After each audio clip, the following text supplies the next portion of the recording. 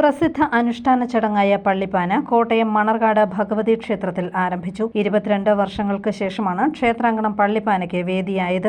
ഇന്നു മുതൽ 12 ദിവസം രാവിലെ മുതൽ രാത്രി വരെ ദേവിയെ സ്തുതിച്ചുള്ള പാനപ്പാട്ടും പൂജയും ബലികളും നടത്തുന്ന ഈ ചടങ്ങ് അപൂർവ ക്ഷേത്രങ്ങളിൽ മാത്രമേ നടത്താറുള്ളൂ. ക്ഷേത്രവളപ്പിൽ പ്രത്യേകം തയ്യാറാക്കിയ യജ്ഞശാലയിൽ ദേവിയുടെ സ്വർണ്ണത്തിടമ്പ് എഴുന്നള്ളിച്ചിരുത്തിയാണ് ചടങ്ങുകൾ. ഇന്ന് രാവിലെ ദേവിയുടെ കാപ്പുകെട്ട് ചടങ്ങോടെ പള്ളിപ്പാനയ്ക്ക് തുടക്കമായി. യജ്ഞവേദിക്കായി ഓലപ്പന്തലുകളാണ് ഒരുക്കിയത്. ചാണകം മെഴുകിയ തറയിലാണ് ദേവിയെ ആവാഹിച്ചിരുത്തിയത്.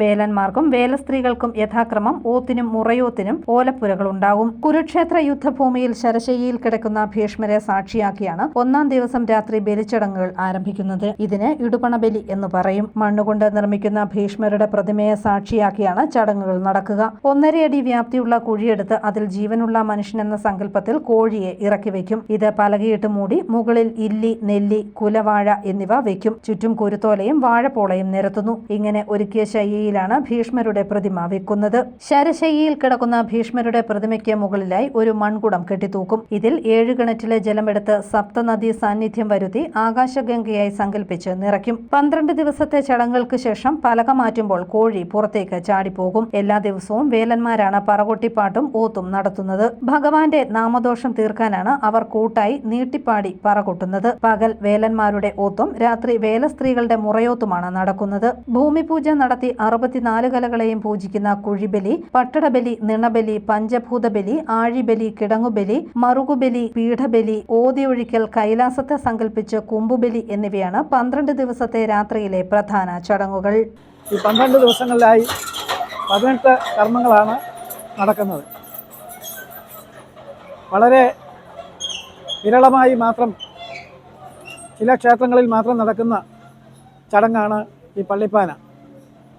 പള്ളിപ്പാന ആചാര അനുഷ്ഠാനങ്ങളാലും വിവിധ തരത്തിലുള്ള വൈവിധ്യങ്ങളാലും പ്രസിദ്ധമാണ്.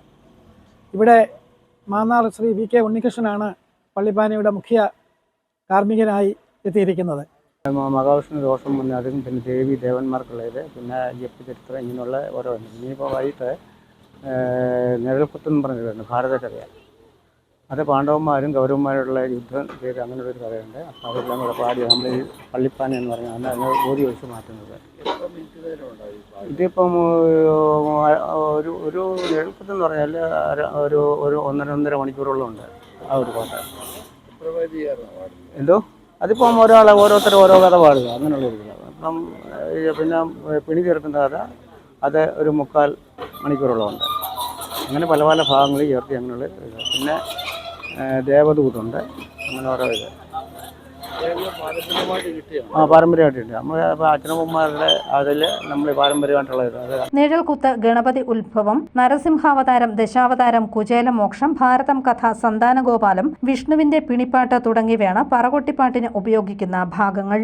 അവസാന ദിവസമായ മെയ് 10-ന് പുറനാടിയെ പുറംകളത്തിൽ ഗുരുതി ചെയ്യുന്നതോടെ പള്ളിപ്പാന തീരും. മനുഷ്യന് പകരം ഒരു കുമ്പളം 2ആയി വെട്ടിയാണ് ഈ കർമ്മം നിർവഹിക്കുന്നത്. പാലാഴി മഥന സമയത്ത് ആലസ്യത്തിലായ മഹാവിഷ്ണുവിനെ ഉണർത്തുന്നതിന് വേണ്ടി പാടിയതാണ് പള്ളിപ്പാന എന്നാണ് ഐതിഹ്യം. സുബ്രഹ്മണ്യനാണ് പള്ളിപ്പാന നിർദ്ദേശിച്ചത്. പരമശിവൻ വേലനായും ശ്രീപാർവതി വേലത്തിയായും അവതരിച്ച് പള്ളിപ്പാന പാടി വിഷ്ണുവിനെ ഉണർത്തിയെന്നാണ് ഐതിഹ്യം. മെയ് 7 മുതൽ 9 വരെ നടക്കുന്ന പാനയടി എന്ന വഴിപാടാണ് പള്ളിപ്പാനയിലെ പ്രധാന ദോഷപരിഹാര ചടങ്ങ്. മാന്നാർ VK ഉണ്ണികൃഷ്ണന്റെ മുഖ്യ കാർമ്മികത്വത്തിൽ 25-ലേറെ സഹകാർമ്മികർ ചേർന്നാണ് പള്ളിപ്പാന നടത്തുന്നത്. മണർകാട് ക്ഷേത്രത്തിൽ 2004-ലാണ് അവസാനമായി പള്ളിപ്പാന നടന്നത്. News bureau, Kottayam.